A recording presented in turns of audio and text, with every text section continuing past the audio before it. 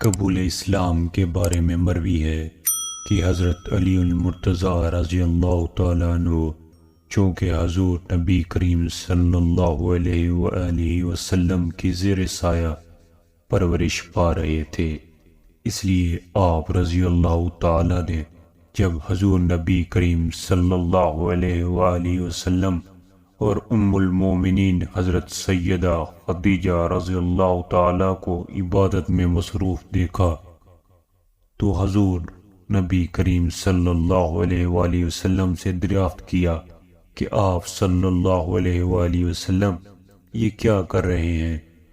حضور نبی کریم صلی اللہ علیہ وآلہ وسلم نے فرمایا، ہم خدائے واحد کی عبادت کر رہے ہیں۔ حضرت سیدنا علی المرتضیٰ رضی اللہ تعالیٰ عنہ نے دریافت کیا، یہ کیسی عبادت ہے؟ حضور نبی کریم صلی اللہ علیہ وآلہ وسلم نے فرمایا، یہ اللہ کا دین ہے اور اللہ نے مجھے اپنے دین کی تبلیغ اور لوگوں کی رشد و ہدایت کے لیے چنا ہے، اور میں تمہیں اسی اللہ وحدہ لا شریک پر ایمان لانے کی دعوت دیتا ہوں۔ حضرت سیدنا علی المرتضیٰ رضی اللہ تعالیٰ عنہ نے جب حضور نبی کریم صلی اللہ علیہ وآلہ وسلم کی بات سنی تو حیران ہو گئے اور پوچھا کہ میں نے پہلے کبھی اس دین کے بارے میں کچھ نہیں سنا، اس بارے میں فیصلہ کرنا مشکل نظر آتا ہے، اس لیے میں اس بارے میں اپنے والد سے مشورہ کرنا چاہتا ہوں۔ حضور نبی کریم صلی اللہ علیہ وآلہ وسلم نے ارشاد فرمایا، اے علی رضی اللہ تعالیٰ عنہ، تمہیں اس بات کا حق حاصل ہے، لیکن ابھی تم اس بات کا ذکر کسی اور شخص سے نہ کرنا۔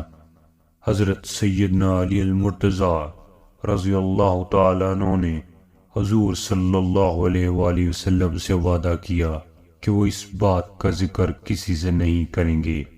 چنانچہ اس رات جب حضرت سیدنا علی المرتضیٰ رضی اللہ تعالیٰ عنہ سونے کے لیے لیٹے تو اس بات پر غور کرتے سو گئے۔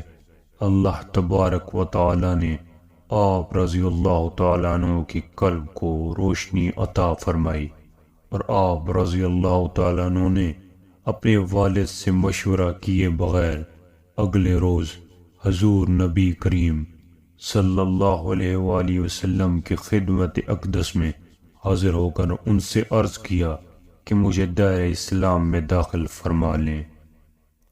حضور نبی کریم صلی اللہ علیہ وآلہ وسلم نے آپ رضی اللہ تعالیٰ عنہ کو کلمہ توحید پڑھایا اور آپ کو دائرہ اسلام میں داخل کر لیا۔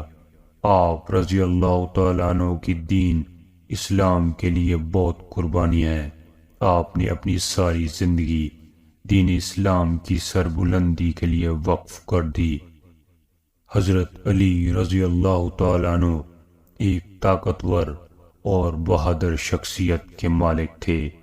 آپ رضی اللہ تعالیٰ عنہ نے بہت سی جنگوں میں حصہ لیا جہاں آپ نے فتوحات حاصل کی۔